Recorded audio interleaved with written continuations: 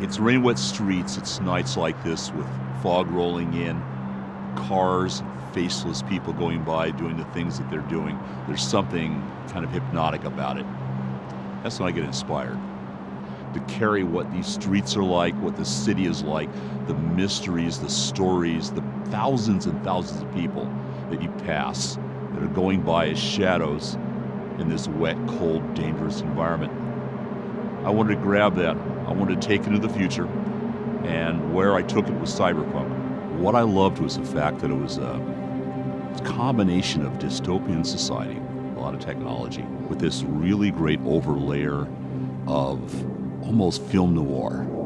In a cyberpunk world, I realized real soon, was a world where people had the technology, but it didn't fundamentally change the fact that there was a lot of treacherous, nasty behavior, large weapons, and a lot of sort of serious danger all about.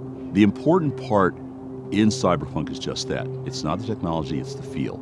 It's getting that dark, gritty, rain-wet street feeling, but at the same time getting that rock and roll, lost, and desperate and dangerous quality. Cyberpunk is about that interface between people and technology, but not in that transhumanist way where it's all about the technology changing or improving them. It's about how people use things.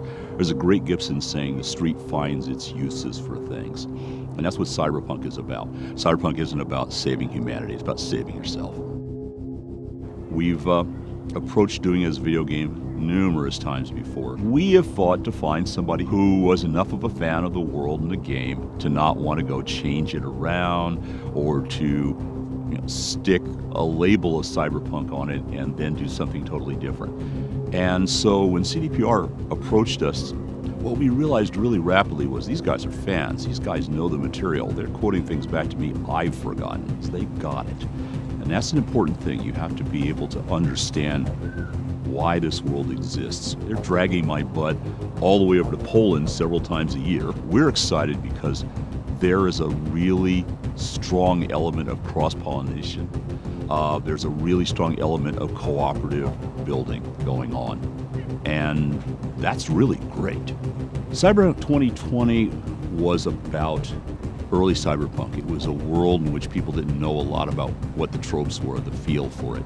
The great part about 2077 is that it's a mature form of that. We're basically able to progress a larger arc. You're going to get to see the outcomes of things that we started to talk about in the Fourth Corporate War.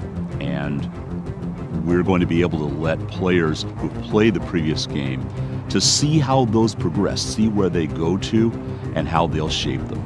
We're looking at the same mucky, nasty Night City that you were in before, just a lot bigger and probably a lot more dangerous, and with a lot of players you don't know about yet. 2077 is about the cyberpunk you thought you knew, scaled up, bigger, badder, stranger.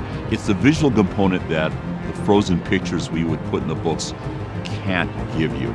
It's the sound, it's the feel, it's the movement. 77 is going to be about being there. We've gone through a long, long journey, all of us. Those of you who've been fans have waited for us to get the right game together at the right time, the right team. And we were going to wait long enough to make sure it happened the right way. Cyberpunk 2077 is going to be the right way. And I can't wait to play it. And I'm hoping you guys will want to play it as much as I want to play it. Because it's going to be a hell of a ride.